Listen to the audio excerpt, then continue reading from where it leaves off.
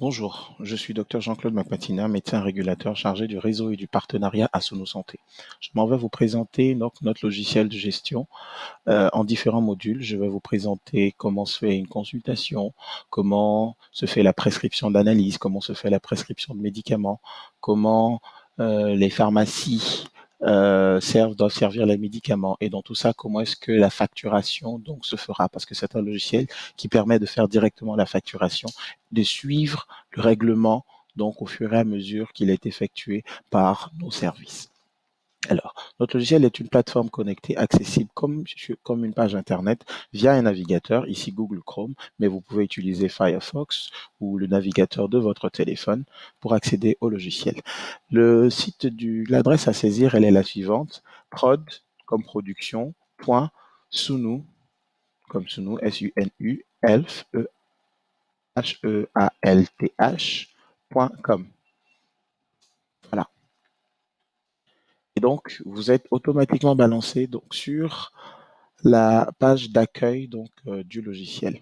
Sur cette page d'accueil, vous êtes invité à vous connecter avec votre nom d'utilisateur et votre mot de passe qui vous auront été préalablement envoyés une fois que vous avez signé le contrat avec nous, le contrat de partenariat. Vous avez vos identifiants qui vous sont envoyés.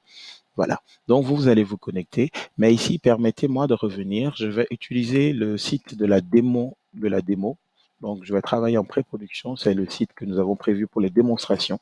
Donc, pour vous permettre de bien comprendre les fonctionnalités du logiciel. Les fonctionnalités en démo sont exactement les mêmes que sur le site du logiciel proprement parlé. Alors, nous allons faire un flux de travail en consultation. Je vais me connecter en tant que médecin Jean-Claude, voilà, avec mon nom d'utilisateur et mon mot de passe et je m'identifie. Alors, en m'identifiant, donc, j'ai la page d'accueil, bienvenue, que voudriez-vous faire, avec 3 boutons, gérer un patient, gérer une réclamation, gérer les frais. Pour tout ce qui est consultation ou analyse ou prescription de médicaments, et donc qui touche directement au patient, il s'agira donc de gérer un patient. Vous avez donc un historique donc des différents patients sous nous reçus qui apparaît et si vous voulez ajouter une nouvelle consultation ou un acte, vous cliquez sur ajouter un acte médical. Nous allons identifier le patient à partir de son numéro, le numéro de carte. C'est très important de faire l'identification par numéro de carte. Si je vais prendre ce numéro-là, voilà. Donc, mon patient s'appelle patient malade, né le 14 septembre 98. Voilà. Donc, dès que j'ai saisi son numéro et que son nom apparaît, je clique sur son nom. J'ai son dossier la première page de son dossier qui s'ouvre avec les informations générales, le statut de la police, si elle est active ou non, et la partie vérification de l'identité. La partie vérification de l'identité, elle est obligatoire parce que elle conditionne l'ouverture du reste du dossier. Il s'agira de faire une vérification biométrique, soit par reconnaissance faciale. Donc, à partir d'ici, en cliquant ici, donc vous avez la webcam de votre ordinateur qui s'allume et qui permet de reconnaître le visage de l'assuré et qui fait la comparaison avec l'image de sa photo enregistrée dans le logiciel. En l'impossibilité de faire la vérification biométrique, vous pouvez faire une vérification non automatique. Donc, en regardant tout simplement de visu le patient et en attestant donc avoir fait la reconnaissance faciale. Et bien sûr, il faudra expliquer pourquoi vous n'avez pas procédé par la vérification automatique.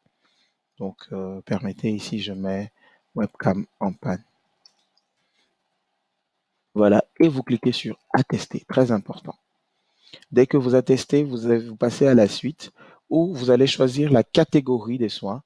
Est-ce une consultation, hospitalisation, des soins ophtalmo, stomato, etc. Nous cliquons sur consultation. Est-ce fait en urgence ou de manière ordinaire? Ordinaire pour nous, dans notre cas. La durée estimée pour le séjour par défaut pour une consultation, c'est 1, ce n'est pas une hospitalisation. La dépense maximale estimée est un champ qui n'est pas obligatoire à renseigner parce que n'étant pas marqué d'une étoile rouge. Comme sur tous les sites internet,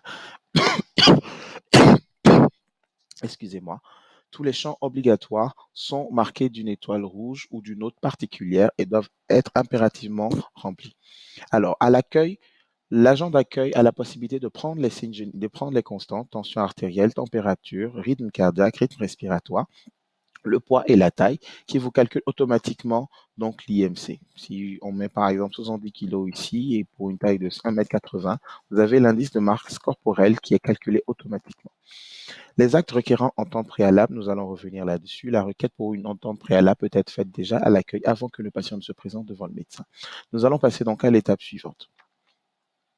À l'étape suivante, nous allons faire quoi? Nous allons agir sur le dossier médical et donc c'est maintenant que nous allons à proprement ouvrir le dossier médical qui comporte les différents champs, motifs de consultation, signes généraux, antécédents, examen paraclinique, résumé clinique, etc.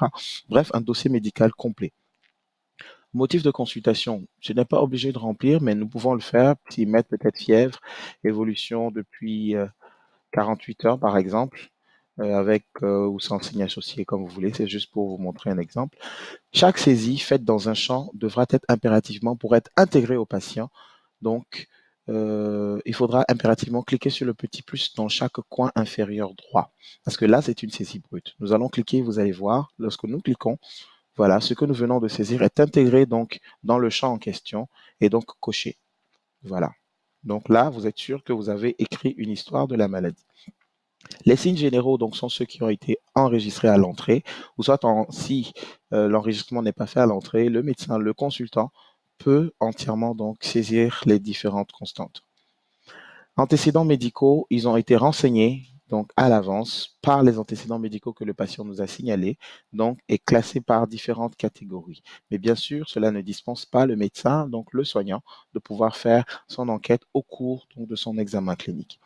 La partie examen nous montre les différents appareils qui peuvent être tous renseignés un à un, ou tout simplement entièrement tous cochés normaux, ou tout simplement ne pas être coché du tout. Comme je vous l'ai dit, ce n'est pas un champ obligatoire à remplir.